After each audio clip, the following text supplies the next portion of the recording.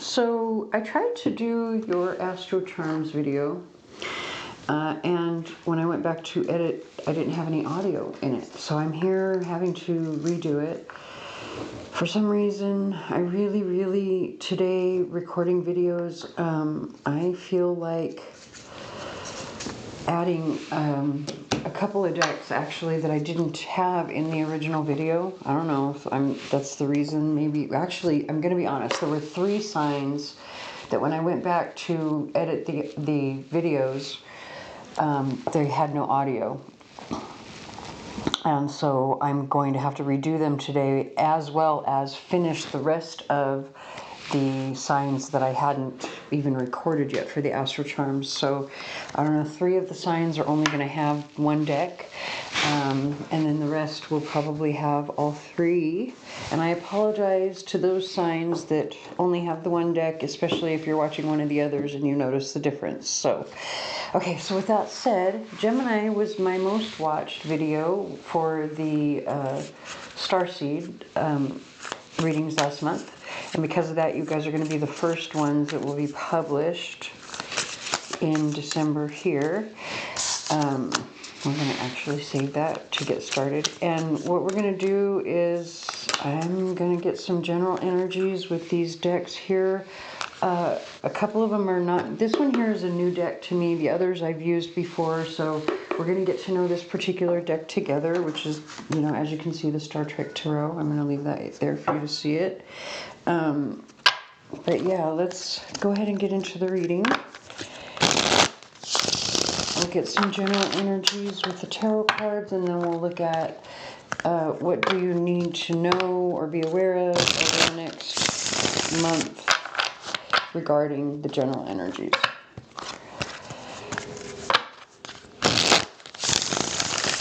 I have the song I Care For You, Aaliyah.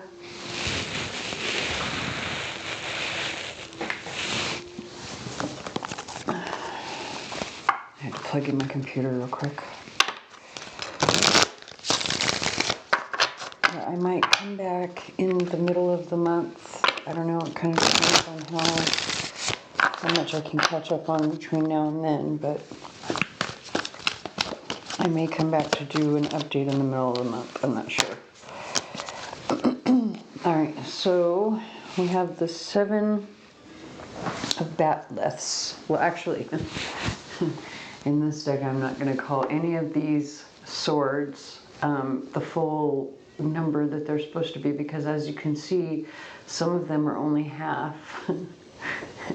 And I don't care, I have OCD, and it's just that it doesn't look like there's full swords to me. I don't care.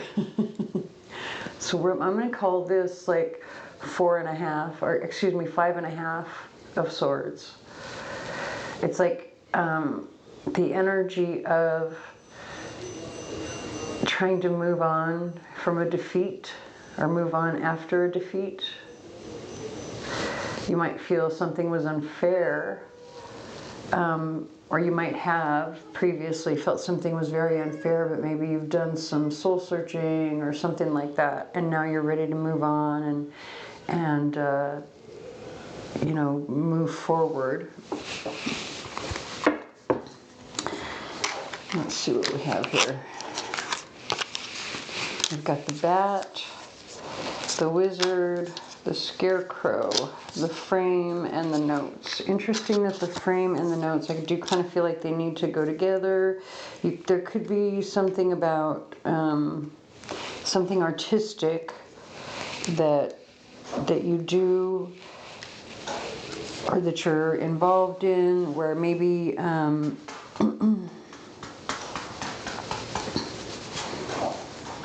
like maybe you lost or something. And it's so weird that this is coming out. This is so weird. And let me just say, because I can remember I did some reels on Facebook, and I remember in a couple of them I felt like the energy for Gemini was really good, like they were going to win. I actually felt like they were going to win something. But this energy is like, well, I've lost, but I've lost because someone else cheated.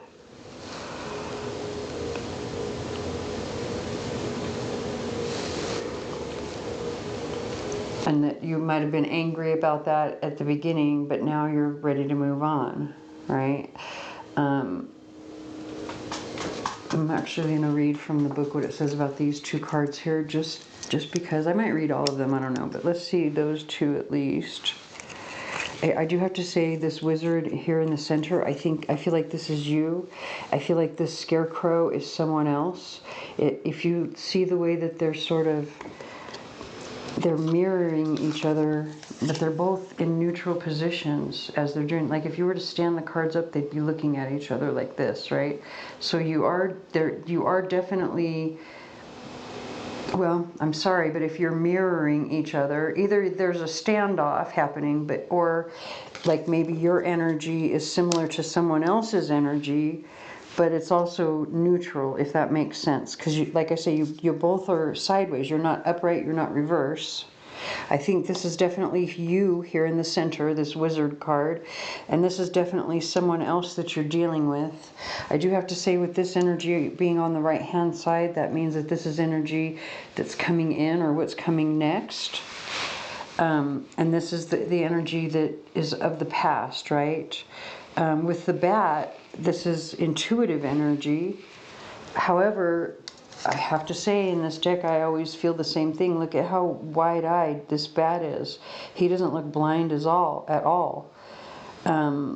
So maybe that's the deception. Like maybe somebody lied about something, and you relied on whatever that lie was.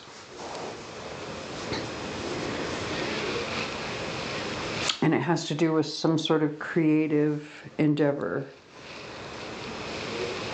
We have the song. Oh, it's 11:11 exactly right now. We have the song Can't Let Go, Anthony Hamilton. Okay, let me read from the book here what these oracle cards mean. We're going to start with the notes.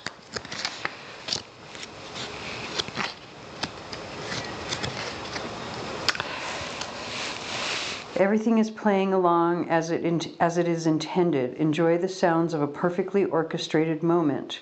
While the plan is in place, a bit of a flourish may be necessary to really make it yours. And it has "make it yours" in quotes. It says, feel free to play around as long as it complements what's already in place. Let's see what the frame says. While each on its own, frames combine to create motion and breathe life into the stillness. This moment is tied to the past and future to create something more. It may be necessary to focus on one aspect of the situation or individual to ensure that everything runs as it should. Even one missing or misplaced frame can cause major disruptions. So, very interesting. So you're especially with this wizard energy here, because I really feel like that's you. Like you're really trying to create something or accomplish something. And I think maybe there's somebody over here that's standing in your way, and it has to do with a lie that they told you. And it could be that, like, when they told you that lie, like in the moment that they said it, you weren't as blind as they thought you were. Or the moment that it happened, you weren't as blind as they thought you were. I'm going to go ahead and read the bat, the wizard, and the scarecrow just to see. Yeah, it says, for the bat, it says, some may discount you for your less desirable traits, but make no mistake, your strengths allow you to accomplish tasks that no one else can do. You are a flying mammal.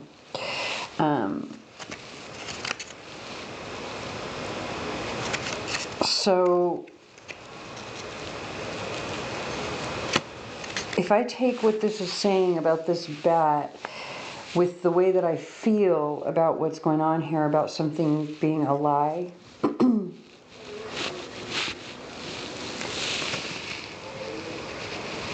maybe someone told you that you did not have any gifts, or somebody lied to you about your talent, or something to that effect is what I'm thinking. like literally someone underestimated you. They underestimated your strengths, your abilities, your intelligence, something. All right, so let's look at the wizard, and then we'll look at the scarecrow finally. And so remember, I feel like the wizard is you, so keep that in mind. It could be maybe the other way around as well. It says, be aware of what others are saying to you. They may be offering most of the pieces, and it can look tempting, but be sure to note what their other hand is doing. You may be the one withholding information. Guard your secrets and cards carefully, as others may be aware of your tricks. Perhaps it is time to lay everything on the table. And then for the other person,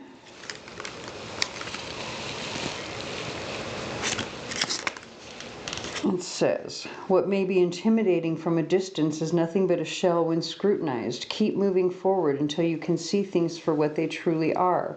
Be sure to fill out your own clothes and shoes. Don't simply put up a husk for others to see and quickly dismiss. Oh, interesting. All right. So I'm really, especially when it comes to something creative, right? If someone lied to you about your talents, skills, abilities, or they underestimated you in those areas, like, don't be afraid to let yourself shine in the future. I feel like that's what it's like, really saying,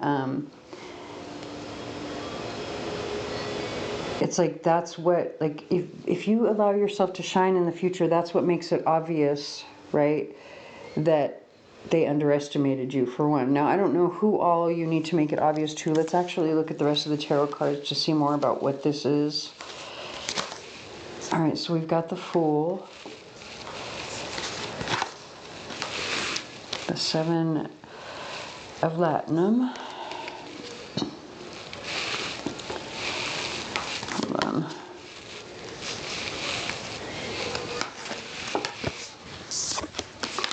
Okay.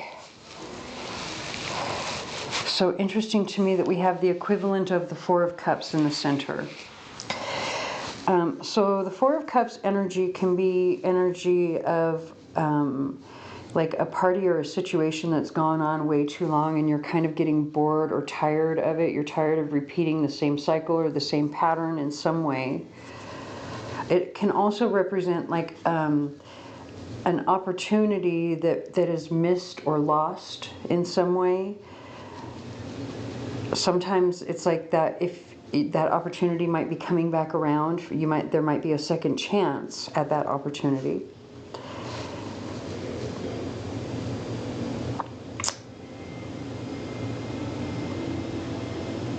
You kind of have to take that energy. You know your situation better than me. You know whether or not there's been a second chance offered to you. And I say that because of these two cards here that are sitting on the right hand side, which I'll get to in just a second. So over here, we have energy of someone who kind of feels like a fool because they've waited too long for something, which again really fits in with this missed opportunity energy over here. Because we have the Seven of Pentacles, or the Seven of Latinum, is really energy of needing to be patient, because you've planted the seeds, you've been working the tending to the tree or whatever it is that in your garden that you're trying to manifest, like whatever it is that you planted. Let's say it's a fruit tree. So you plant the seed, you water it, you take care of it, you do all the things to get it to grow. And some fruit trees take years before you actually get fruit from them, right? And so because of that, there's patience that's needed. Now, when you have the Fool attached to that energy coming through here, especially when it sits before this energy, it's saying, I didn't prepare, or I didn't do something, and now I'm kicking myself. I feel like a fool. I wasn't patient enough. I didn't realize it was going to take this long, or I didn't something.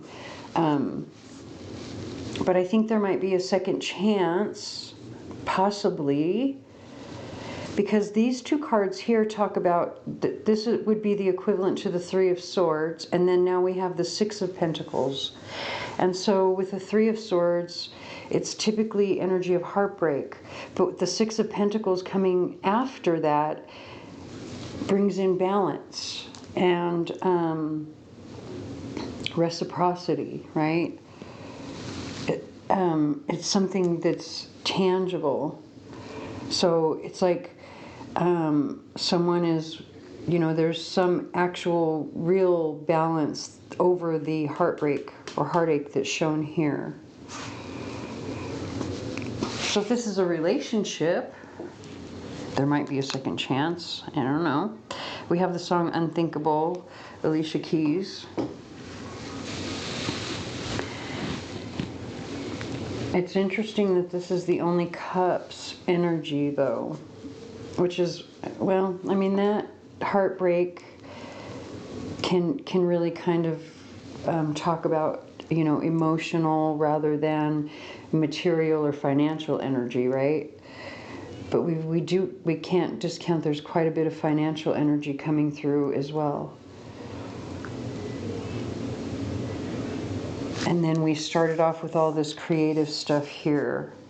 So maybe there's something something financial that's coming through creatively, and that's sort of maybe this heartbreak here has to do with like not being prepared here, right? And then suddenly, like, it starts to balance out, like, especially if this opportunity comes back around. It starts to balance the books with the Six of Pentacles, because that is literally energy of getting fair compensation for the work that you provide or for the services that you provide. So take that however it resonates for your situation as well. Interesting, though, that we do have the Three of Swords and the Seven of Swords here. Even, well, this one I'm actually reading as the full Three of Swords. You can see all three of these batleths there. But this one, and look at here to illustrate it again with the Eight of Swords. It's kind of the same thing. You can't see the full weapon.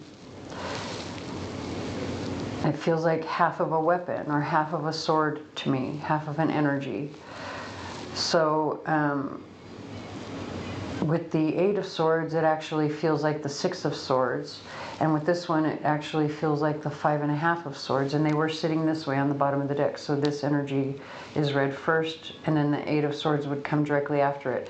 Which means if you were at first angry about some sort of defeat, like some sort of, you lost someone or something, right? Like you have the Six of Cups here. And this is like reminiscing about the good old days energy. It's just interesting because now we have two sixes. Also the Page of Batleths or the Page of Swords is more communication or reminiscing energy as well. It could be reminiscing with your children, or about children, or about your childhood. Anyway, so going back to this, right? Five and a half would be, I feel as if I've been defeated unfairly, right? As if I've lost something unjustly, but I'm ready to move on. And then you have this energy directly underneath that saying, okay, it really is time to move on. And also, that's what frees you, right? Because with the Eight of Swords, it really is energy of feeling trapped. And so being able to move on is what frees you from that, because now you've made a decision. You're no longer just standing still in that energy.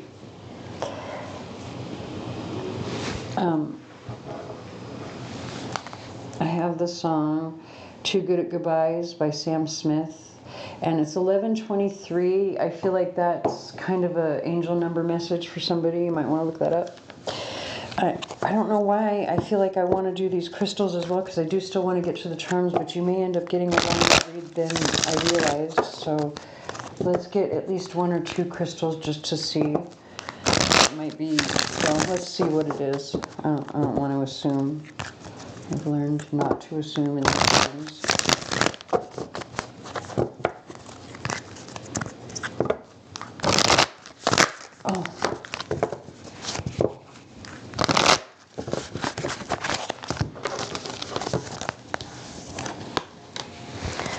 silver, the lunar path. Very interesting.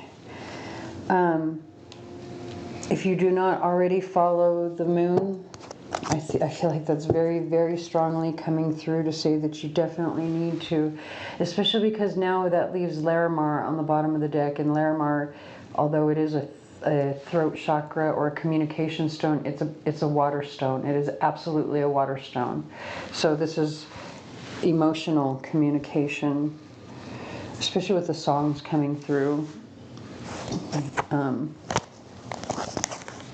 Let's leave that out for a second. You could wear those two together if you wanted, but you don't have to. I think we're going to leave it at those two. Oh, look, pink tourmaline, the gift of love. It totally makes sense.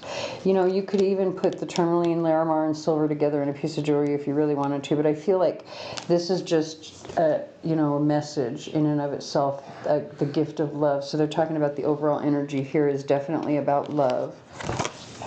Maybe that's what this creative pursuit is, but there is, for some, you know what, I keep saying it's definitely about love. Maybe the creative thing that you're doing is a love song, or it's, I don't know, painting or a photograph or something, even, it could even be like a video or something that you created that you're hoping to get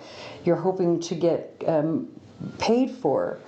But I think for most people this is about love.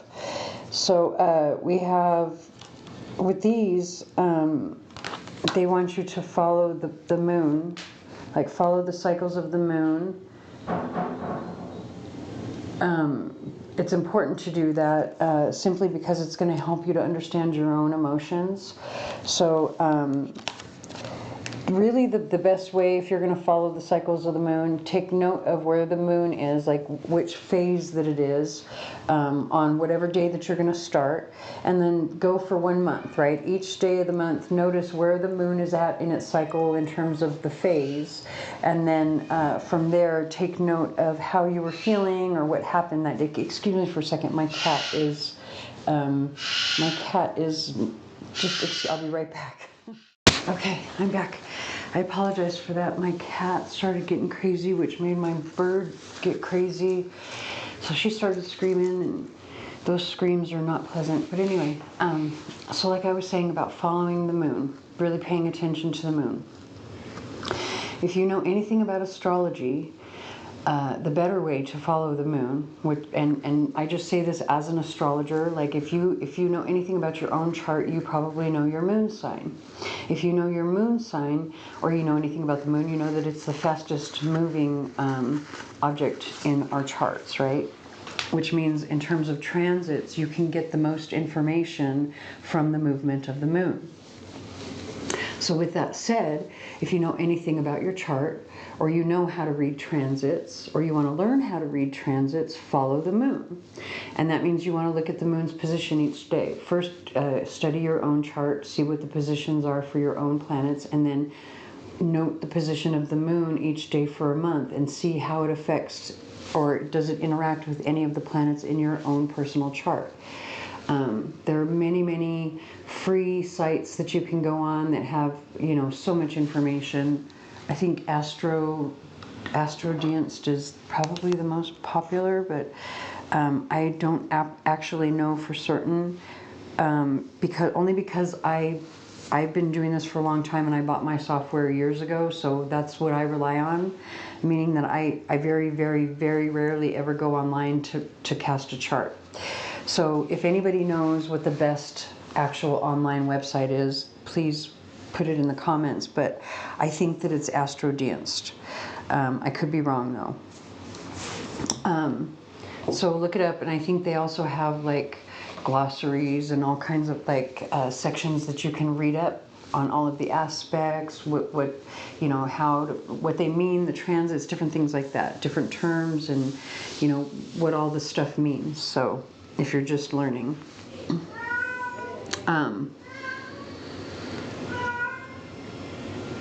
Now, with that said, you could, like I said, you could put this into a piece of jewelry if you really wanted. You don't have to, though. let's move on because I don't want to keep, this video is like already kind of long. I don't want to keep, I don't want to make it too long.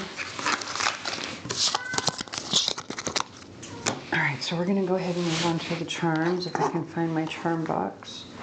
Things are a little messy. I don't know if you can hear my cat in the background. She's running around making noise again.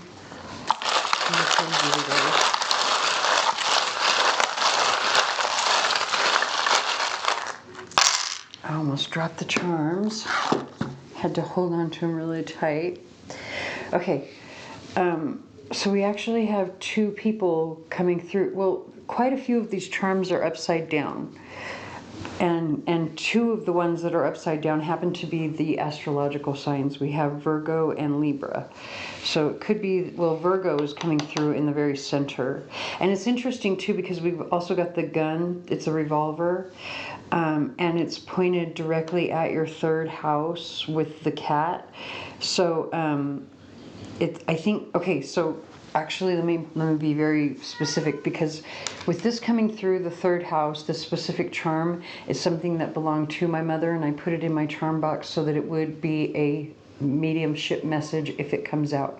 It is meant to be a mediumship message for you, coming from your mother. Especially now that it's coming in the third house, that like just hammers it home for me that this is a message that you are receiving, right? Because it's the house of communication. Like it's in something intuitively. I think like you've been either dreaming about your mother, thinking about your mother, seeing things that remind you of your mother, something. People have been talking, like reminiscing something, but there's something about it where, like intuitively, you know that this is your last shot, or that I think this is your last shot. I got to be honest with you. I think this is your last shot, just based on the energy that came through before that Four of Cups, meaning that you have a second chance at something. If it was your first shot, you would probably have all of the bullets in that chamber. Anyway. Something else that's interesting to me is that this Libra charm is coming out in your 7th house. So this could be a Sagittarius that you don't even, it's not even on your radar yet, that you don't even know yet. Maybe you haven't even met them yet. But this is coming into your relationship house. So if you're looking for love, maybe this is your last shot. I don't know. Take it however it resonates, but maybe that's your last shot. There are two people here, and they're both upside down, so maybe you have a choice between Virgo and Libra, if we're going to be really specific.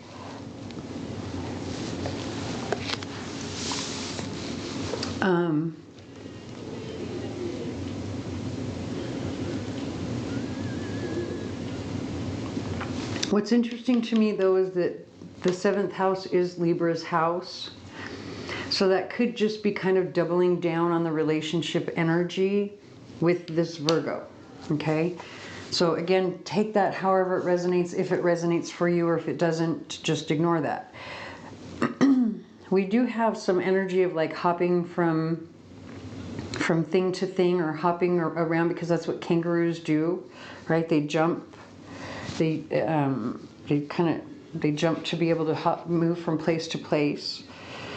And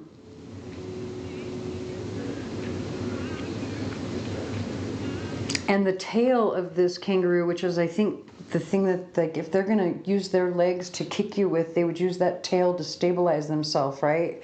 To hold themselves up so that they could do it. Like, because that tail is really strong, right? And it's so that they can get the rest of their body up and back and put all of their muscles into that kick.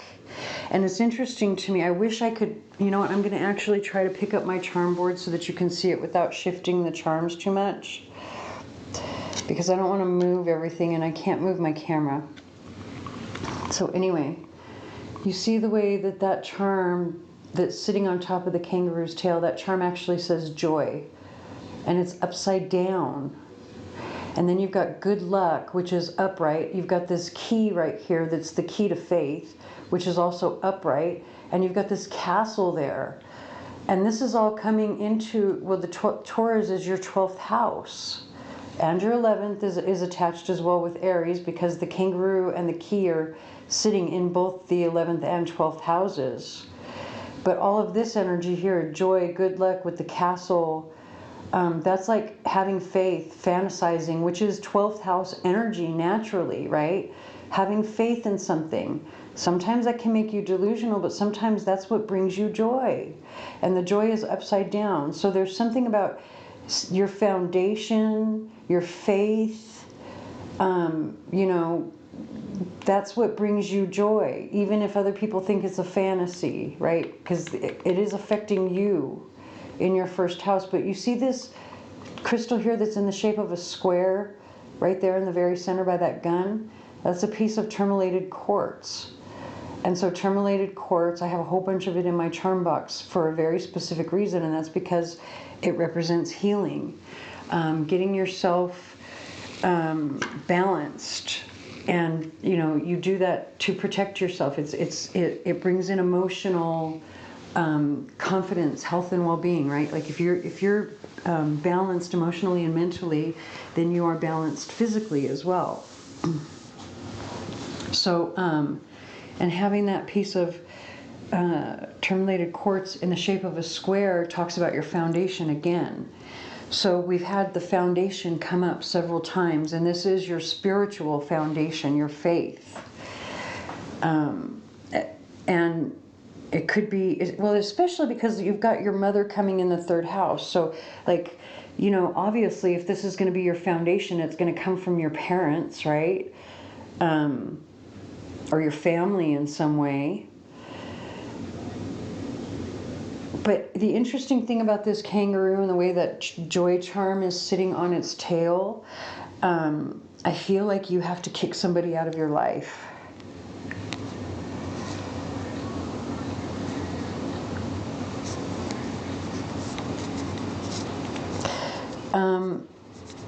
Also, I hate, God, this part's going to be a little bit harsh, okay? And I don't mean to be harsh. Maybe you know this about yourself already. But this crown that we have in your 10th house sitting upside down,